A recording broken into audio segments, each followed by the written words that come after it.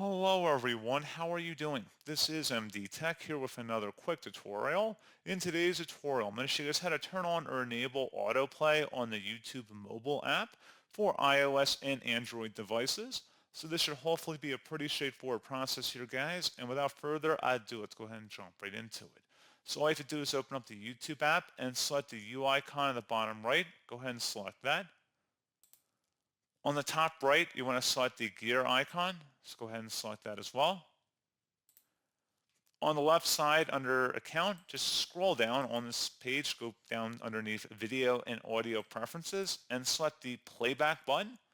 On the right side where it says autoplay next video, when autoplay is enabled, a suggested video will automatically play next.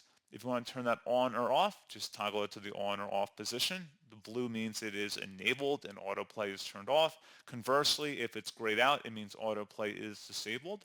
And that is all you have to do. So pretty straightforward process, guys. And as always, thank you for watching. I do hope I was able to help you out, and I do look forward to catching you all in the next tutorial. Goodbye.